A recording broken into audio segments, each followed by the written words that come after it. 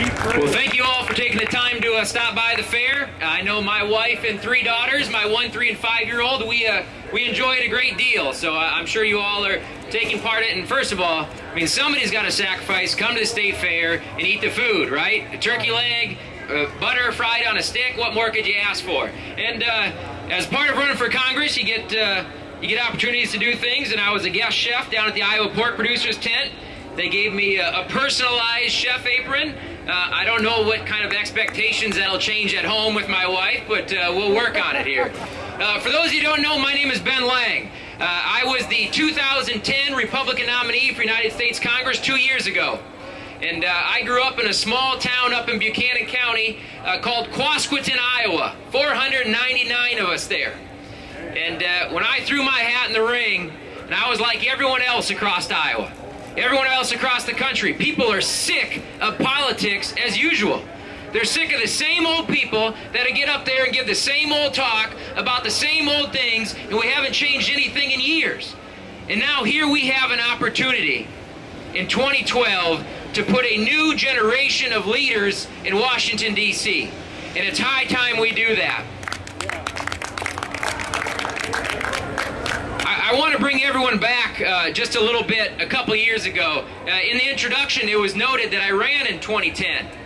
And you know, when you start to run for office, especially for United States Congress, everyone writes you off. Everyone says it can't be done. They say it's too tough. It's too powerful. The incumbent can't be beat. Incumbents win all the time. But you know, when a small town Iowan gets up and stands up for what he believes in and talks about the principles that we all share in Iowa, that's when something can happen. That's when magic starts taking place and everyone starts believing that politics as usual doesn't have to be. Because look, I'm like all of you. Sir, are you sick of politics? Are you sick of politics? Absolutely. Ma'am, are you sick of politics? I'm sick of it too. We're all sick of it, right? We're all tired of the same old thing. Why in the world do we send the same old people back to Washington, D.C. in hope for different results? It's time that we put a new generation of leaders in there. A new generation of leaders that actually, the words that are coming out of their mouth, that you believe in. As I mentioned before, when I grew up in small town Iowa, son of a meat plant worker and a registered nurse, first in my family to graduate college, and having that background and running for U.S. Congress, no one believed in us. No one believed in us. And here we are in 2012, and we threw our hat back in the ring in northeastern Iowa to run for U.S. Congress and to finish this job. But let me answer the question of why in the world do this? Why run for Congress? You all have jobs, you all have opportunities, you have families to take care of, church events. Why take the time to run for U.S. Congress? It's because what we are doing to the next generation. You want to know what gets me up off the couch to drive to northeastern Iowa, to drive down to Marshalltown, to log over 30,000 miles? It's because I care about the direction we're heading in this country. As I mentioned, I have 3 daughters, a 1, 3, and 5-year-old. Does anyone know the debt that they are responsible for? The share of the national debt? $50,000 apiece before my 3 daughters can even ride a bike. We have politicians in Washington that care more about re-election than actually putting in place a plan that can solve this problem. And it's time that we put a new generation there. My opponent, many of you may have heard of him, Bruce Braley. Let me tell you what. He went into office saying that his highest priority is the national debt. Since then, he has nearly doubled the national debt. He's voted 7 separate times to increase the debt limit. He was the only member of both the Iowa and Republican delegation to vote against a balanced budget amendment to require these suits out in Washington, D.C. to spend less money than they bring in. When are we going to call these politicians to the table, make them make the tough decisions? Because I tell you what, if you don't think this is serious, if you don't think the financial track that we are on in this country is serious, when you go home tonight, turn on the news. Watch what's happening in Greece, Spain, Portugal, Ireland. That's coming to this country. That's coming right here to America, right here to Iowa. What do we expect? We put these people in office. We put these people in office that don't care enough about the next generation. They care more about re-election. You want to know what drives me? It's solving that national debt crisis. It's doing something about it. Passing a balanced budget amendment. Capping federal spending as a percentage of GDP. Knowing the price tag that we're passing on to them. Folks, this just isn't about dollars. 16 trillion, 18 trillion, I don't know about you all. Where I'm from in Buchanan County, 16 trillion could be 18 trillion. Too many zeros. It doesn't mean anything to us. But when you boil it down to your own share of $50,000 apiece, and these politicians have done it to us, that's when it comes home.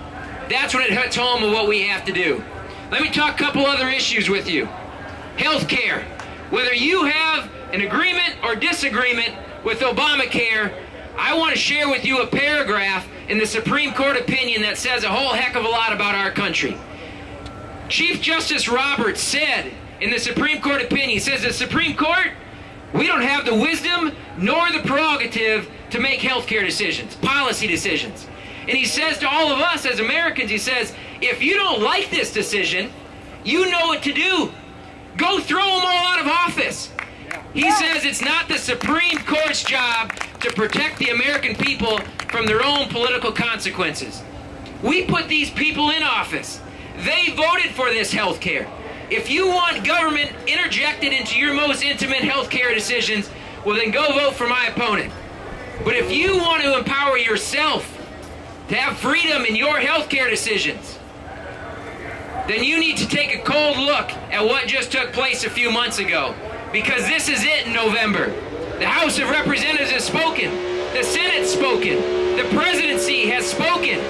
There's no one else to turn to. When you wake up in the morning and you're tired of hearing about this, there's only one person to look at, and it's in the mirror. It starts with each one of us going out and doing something about this. Going out and getting involved in the process. I want to close here just a couple of comments. Here we are in 2012, where we send the same old leaders over and over again to Washington, and no one does anything about it. And the critics tell me I'm too young, can't do it. Bruce Braley's too powerful, gonna be our next U.S. Senator, just can't be done.